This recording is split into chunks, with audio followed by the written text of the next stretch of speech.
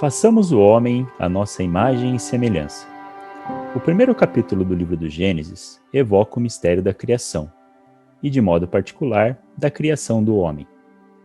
Concluída a criação, Deus viu todas as coisas que tinha feito e eram muito boas. Com o pecado de Adão e Eva, foi quebrada a harmonia no paraíso e o mal foi introduzido no mundo. E os males do mundo são uma consequência do pecado original, seja por ação ou por omissão. O homem sozinho não podia sair dessa situação, não podia reparar a ofensa a Deus, nem recuperar os dons que tinha perdido. Porém, Deus não deixou de amar o homem após o pecado original.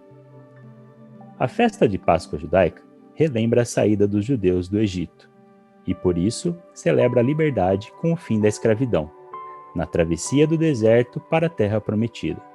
Antes da passagem para a Terra Prometida, nós temos as 10 pragas que o Deus de Israel enviou sobre o antigo Egito, por conta do faraó ter endurecido seu coração e não permitir que os judeus saíssem do Egito para adorar o Deus de Israel. Nessa festa, temos um símbolo muito importante, a imolação do cordeiro. O cordeiro tinha que ser macho, sem defeito e de 1 ano. E o sangue desse cordeiro deveria ser passado no umbral das portas das casas dos judeus no Egito, para evitar o flagelo destruidor. A última praga, que foi a mais terrível de todas, era em relação à morte dos primogênitos. Então, a imolação do cordeiro junto ao sangue que deveria ter na porta das casas dos judeus serviria justamente para que essa praga pulasse a casa dos judeus e somente atingir a casa dos egípcios. Aqui encontramos o detalhe.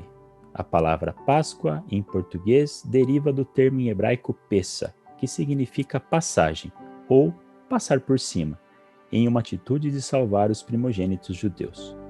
É o sacrifício da Páscoa em honra do Senhor que, ferindo os egípcios, passou por cima da casa dos judeus no Egito e preservou o seu povo. O tempo passou e Deus enviou o seu Filho para redimir a humanidade com a sua paixão, morte e ressurreição. Portanto, a nova criação realiza-se na Páscoa, no mistério da morte e ressurreição de Cristo. Tudo fica redimido e tudo se torna de novo completamente bom, segundo o desígnio originário de Deus. Sobretudo o homem, filho pródigo, que dissipou no pecado o bem precioso da liberdade, readquire a sua dignidade perdida. Para compreendermos um pouco a passagem da Páscoa, vamos citar um pequeno trecho do Evangelho da Sagrada Escritura. Passado sábado, Maria Madalena, Maria, mãe de Tiago, e Salomé compraram aromas para ungir Jesus. E no primeiro dia da semana, foram muito cedo ao sepulcro. Mal o sol havia despontado, e diziam entre si: quem nos há de remover a pedra da entrada do sepulcro? Levantando os olhos, elas viram removida a pedra, que era muito grande. Entrando no sepulcro, viram sentado ao lado direito um jovem, vestido de roupas brancas, e assustaram-se. Ele lhes falou: não tenhais medo, buscai Jesus de Nazaré, que foi crucificado. Ele ressuscitou, já não está aqui. Assim começa Marcos a narração do sucedido naquela madrugada há 2000 anos, na primeira Páscoa cristã.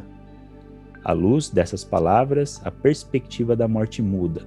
Se Jesus de Nazaré ressuscitou, significa que vive. Quase a confirmar, o anjo acrescenta: vinde ver o lugar onde estava. Assim, pois, a perspectiva da morte cede diante do anúncio da vida. De agora em diante, a Páscoa significa não só a recordação do êxodo, da casa da escravidão e a memória da passagem através do Mar Vermelho. A Páscoa significa, de agora em diante, passagem da morte para a vida. Pois bem, os cristãos podem confessar juntamente com o apóstolo Paulo: pelo batismo, fomos sepultados com ele, para que assim como Cristo ressuscitou dos mortos, mediante a glória do Pai, assim caminhemos nós também numa vida nova. A morte cede diante da vida. O pecado é cancelado com o poder da redenção mediante a morte e a ressurreição de Cristo. A vida de Jesus de Nazaré não termina com a sua morte na cruz. A última palavra é a da ressurreição gloriosa. Cristo vive. Esta é a grande verdade que enche de conteúdo a fé dos cristãos. Portanto, a vida nova que a Páscoa traz pode se desenvolver em plenitude na vida de cada um, produzindo abundantes frutos de amor, alegria e paz, frutos de vida eterna. Então, de onde surgiu os ovos e o coelho?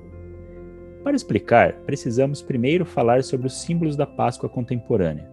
Os ovos simbolizam o nascimento e a nova vida que retorna à natureza, visto que a existência de muitos animais tem sua origem no ovo. Os coelhos representam o nascimento e a nova vida, em razão de sua fertilidade, pois são animais que se reproduzem rapidamente e em grande escala.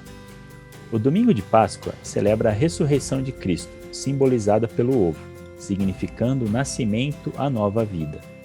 A tradição de oferecer ovos vem da China. Logo, em todos os momentos que abrir o seu ovo de Páscoa, devemos lembrar que a paciência chinesa é responsável por essa tradição. Há vários séculos, os orientais preocupavam-se em embrulhar os ovos naturais com casca de cebola e cozinhavam-nos com beterraba.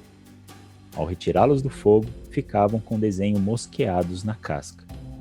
Os ovos eram dados de presente na festa da primavera. O costume chegou ao Egito. Assim como os chineses, os egípcios distribuíam os ovos no início da nova estação. Depois da morte de Jesus Cristo, os cristãos consagraram esse hábito como lembrança da sua ressurreição e no século XVIII a Igreja adotou oficialmente como símbolo da Páscoa. Desde então, trocam-se os ovos enfeitados no domingo após a Semana Santa. Há duas versões para explicar a substituição de ovos naturais pelos de chocolate. Uma delas conta que a Igreja proibia, durante a Quaresma, a alimentação que incluísse ovos, carne e derivados de leite. Considerando também o surgimento do ovo de chocolate na Páscoa, se deu a partir do século XVIII, em substituição aos ovos duros e pintados que eram escondidos nas ruas e nos jardins para serem caçados. Foi uma descoberta fabulosa dos confeiteiros franceses, que inventaram esse modo atraente de apresentar o chocolate. O costume fez sucesso e se consolidou durante o período da Páscoa, mas nem todos tinham acesso a essa mercadoria, pois na época o chocolate e o ovo de Páscoa eram artigos muito caros. E o nosso coelhinho nasceu na tradição da Alemanha, há muitos séculos, pelo que se dizia às crianças que os coelhos levavam os ovos e os escondiam nas ervas. Na manhã do dia de Páscoa, as crianças tinham de procurar os ovos escondidos pelos coelhinhos. O coelho, apesar de ser um mamífero e por conseguinte não botar ovos, assumiu o papel de produtor e entregador dos ovos de Páscoa. Isso devido à notória capacidade de reprodução desses animais, que se tornaram símbolo da fertilidade. Já o ovo representa o surgimento da vida e a origem do mundo. Daí a sua relação com a ressurreição de Cristo e a Páscoa.